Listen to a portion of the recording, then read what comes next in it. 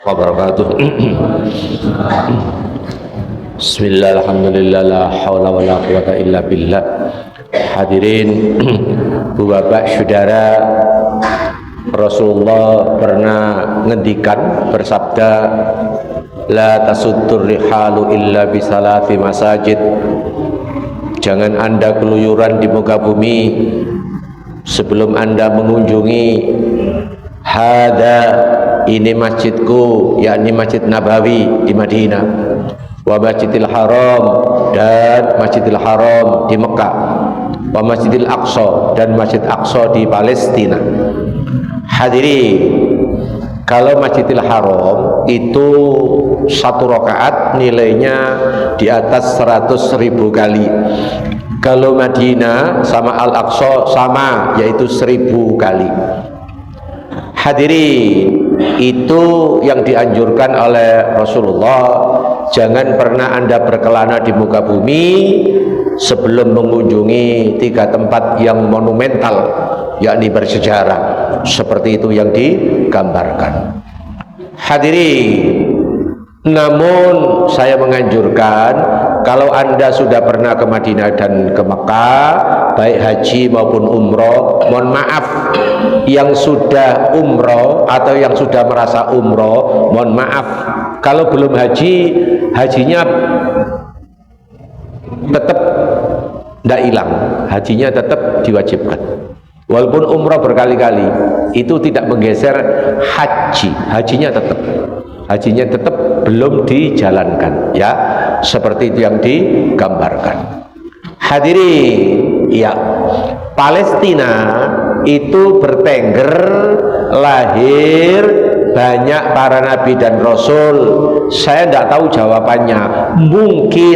Mungkin jawabannya boleh jadi, ya, Palestina itu al-ardul mi'ad, tanah yang dijanjikan oleh Allah Subhanahu wa ta'ala. Mungkin boleh jadi Palestina itu dekat dengan Laut Tengah, sehingga perjalanan dakwah boleh jadi kemana-mana semakin dekat dan tidak terlalu jauh dengan Laut Kulzum, dengan Laut Merah. Padahal apalagi sekarang sudah ditembus dengan terusan Suez yang dibangun oleh Inggris. Jadi dihubungkan antara Laut Merah, Laut Kulzum sama Laut Tengah, itu sudah terhubung, seperti itu yang digambarkan. Hadirin, ibu bapak saudara, sekilas selayang pandang tentang Palestina atau kita kenal dengan Yerusalem. Ada apa di Palestina? Palestina, mohon maaf, iya, berebut orang sholat 2 rakaat di Qubbatus Sahra, yakni masjid tempat Rasulullah berangkat ketika Isra dan Mi'raj. Ketika Mi'raj berangkatnya dari sana, dari Qubbatus Sahra, seperti itu yang digambarkan. Hadirin, di sebelahnya Qubbatus Sahra yang kita lihat kubahnya keemasan, ya, kubahnya keemasan, ya, di sebelah kanan jaraknya 100 meter ada yang namanya tembok ratapan miliknya Yahudi. Jadi tempat di situ kurang lebih, Pak Masum, 17 hektar. Bukan Islam tok yang memiliki, Yahudi juga mengklaim sebagai tanah suci atau tempat suci, ada tembok ratapan. Subhanallah, seperti itu yang digambarkan. Nah, di depan tembok ratapan ada masjid, tidak terlalu besar, namanya Masjid Buraq. Ketika Rasulullah berangkat ke Mi'raj, itu buruknya dicancang di tempat masjid oleh masyarakat penduduk setempat, dikasih monumental menjadi Masjid Buraq, seperti itu yang digambarkan. Nah, sebelahnya tembok ratapan ada gereja miliknya umat Nasrani. Jadi tempat di situ kurang lebih 17 hektar diklaim oleh 3 agama. Satu Islam, ada yang namanya Qubbatus Sahra, masjid, satunya tembok ratapan Yahudi, satunya lagi Nasrani. Seperti itu yang digambarkan. Hadirin, kemudian di depan daripada Qubbatus Sahra, yakni menghadap ke arah selatan, berarti menghadap ke Mekah, menghadap ke Mekah. Di depan itu kurang lebih 100-150 meter ada yang namanya Masjid Kibli. Masjid ketika umat Islam menghadapkan arah wajahnya ke sana, Masjid Kibli. Di sebelahnya Masjid Kibli persis itu ada istana Raja Nabiullah Sulaiman. Sulaiman putra daripada warisan dari Nabi Daud. Nah, di istana Nabi Sulaiman pilarnya itu dirangkul 3 orang, insya Allah gak nututi saking besarnya pilar tempat kerajaannya Sulaiman, istananya Sulaiman begitu besar dan luar biasa. Seperti itu yang digambarkan, termasuk sendennya ya singgasana Ratu Belqis dari Yaman ketika bertamu ke Raja Sulaiman. Seperti itu yang digambarkan. Nah, di tempat itu pula kita ditunjukkan Nabiullah Zakaria ketika mengasuh, merawat ponaannya yaitu Siti Maryam. Jadi Maryam itu pernah pakde dengan Nabiullah Zakaria. Subhanallah, subhanallah. Tempatnya di mihrab, tempatnya senden leye-leye, bertahanus, berkontemplasi, beriktikaf. Maryam setiap saat, setiap waktu ada di situ.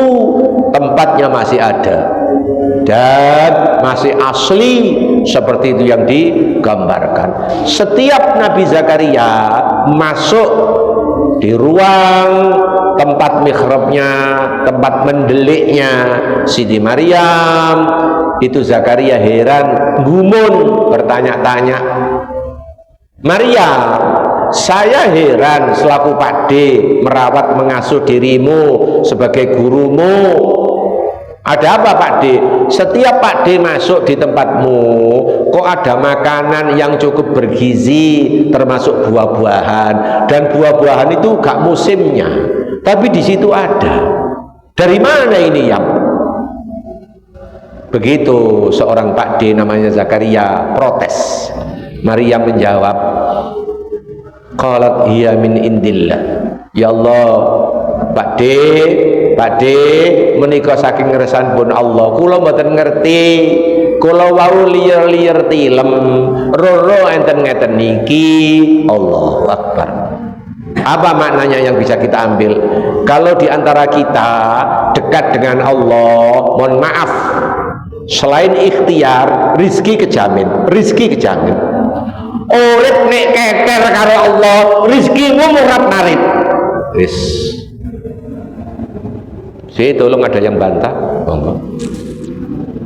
Uripmu nek keter karo Allah, rizkimu nyungsang. Apa nyungsang? Morat marit, morat marit. Saya tadi 4:30 ada bel dari Pandaan di Masjid Al Falak Pandaan, bantuan dari Abu Dhabi. Iya, Ustadz, di sini ada satu keluarga kismin loro. Bagaimana cara bayar fidyah? Gak usah fidyah. Bab loro adik kismin, gak usah fidyah. Jadi bebas, yo gak poso, yo gak fidyah. Cuma kari lurut tok syahadat karo salat, salat syahadat, ojo ditinggal. Subhanallah, subhanallah. Sampeyan delok sapa ae urip iki? Ya paman, ya sapa ae. Nang Allah kok gak beres, rizkimu montang-manting. Ngono tok. Tonggoku gak Pak. Gak montang-manting, montore akeh. Ngapunten oleh utang ya. Gak suwe diuber-uber KPK. Iya. Ya ayam sampean sih.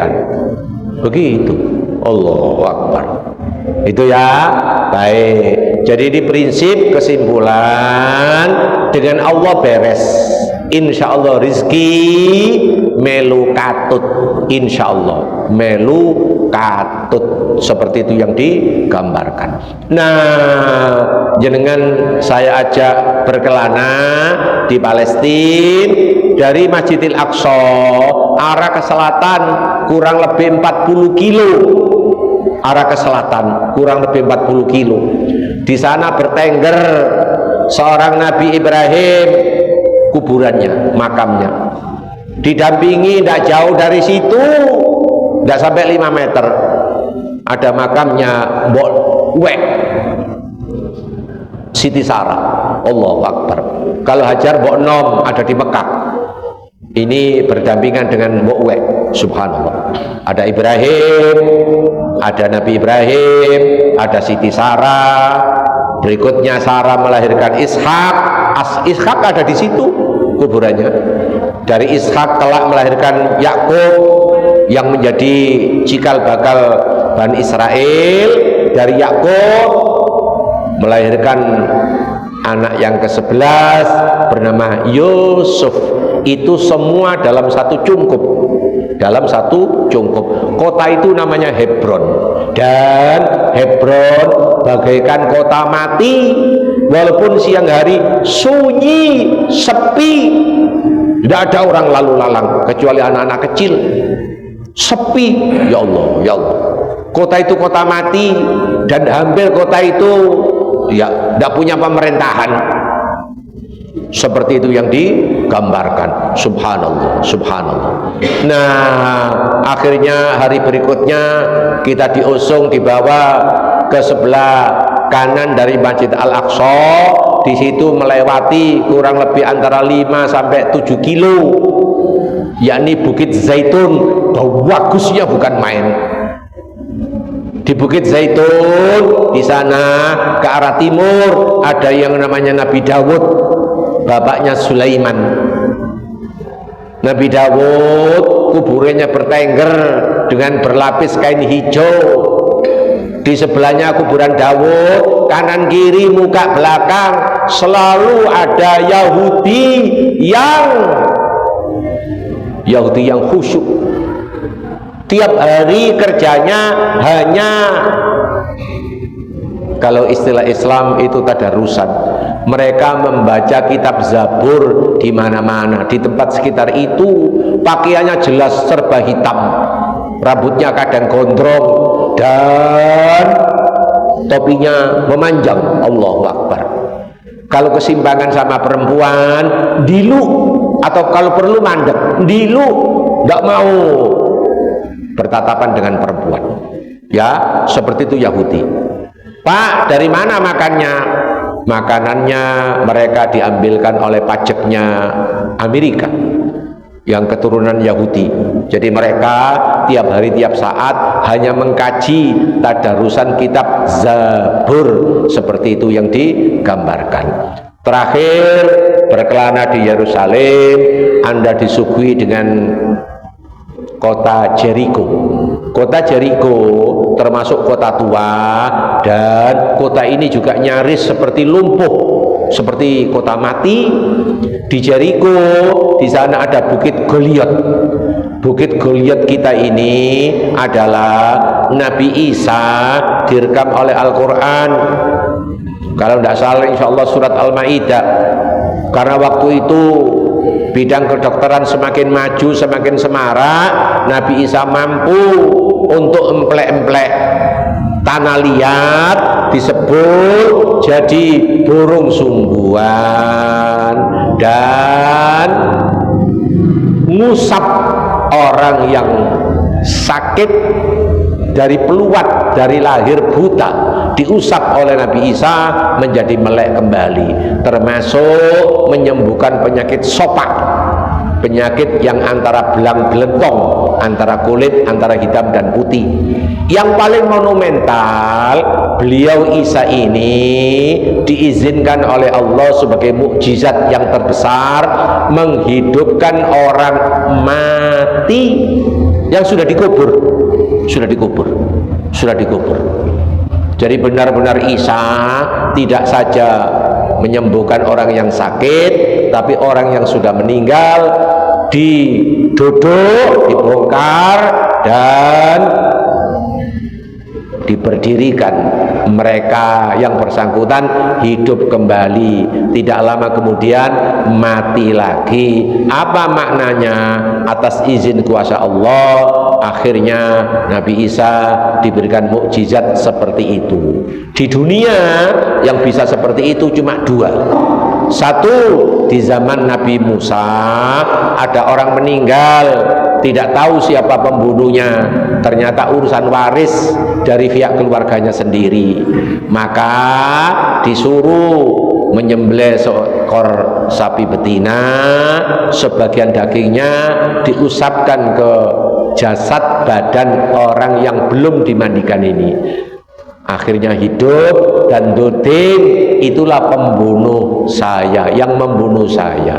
Tidak lama mati lagi. Jadi di dunia ini cuma dua, zaman Nabi Musa dan zaman Nabi Isa. Kalau Isa sudah dipendem, seperti itu gambarnya. Yang terakhir menarik, yaitu di atas daripada Bukit Goliat.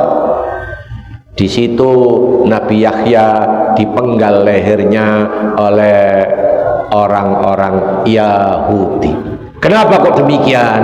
Hadirin, kenapa kok demikian? Waktu itu Raja Herodes, raja ini, mohon maaf, punya bakat rabian. Nah, salah seorang yang dirabi, yang diwayo, perempuan janda, punya anak perempuan, nggawa anak, berarti anak tiri. Dari kitab Taurat, Zabur sampai Al-Quran, kalau ibunya sudah dinikah, tidak boleh ngelerek atau turun ke anak tiri. Raja ini kepencut sama anak tiri, didelok semakin hari semakin bulan kok semakin semelohoi, semakin glowing. Oke, baik. Akhirnya sang raja minta fatwa lewat asistennya, tolong tanyakan, minta fatwa kepada Yahya, boleh enggak seorang ayah menikahi anak tiri? Dijawab Yahya, tidak boleh. Pesannya Al-Quran surat Maryam ayat yang ke-10, Khudil ya Yahya, khudil kitab biquwwa. Hai Yahya, peganglah kitab Taurat ini dengan kuat, apapun yang terjadi. Ojo sampai miar-miur. Allahu Akbar. Hadirin, nyimpang sedikit. Kemarin bangsa Indonesia banyak yang kena ke 02 gara-gara fulus, gara-gara pesek, gara-gara duit. Allahu Akbar. Pedomannya miar-miur, asale 01 iso roto-roto pindah nang 02. Itu nyimpang sedikit. Oke, baik. Yahya tidak mau, tidak boleh. Akhirnya Yahya dipenjara sesuai dengan keputusan sang raja yang zalim. Nah, semakin hari semakin waktu, anak gadis yang tiri ini kok semakin aduhai. Raja minta fatwa yang kedua, tolong sampaikan kepada Yahya, boleh enggak digeser walaupun ada duit, boleh enggak nanti digeser fatwanya? Yahya mengatakan tidak boleh, apapun yang terjadi. Itu prinsip seorang nabi dan rasul. Dilanjutkan kepada ulama. Al ulama warathatul anbiya. Ulama itu pewaris nabi. Tapi ini ulama saiki banyak yang geser, apalagi pemilu sesuai dengan duit gebokan. Duit lu ekatan ewu apa itu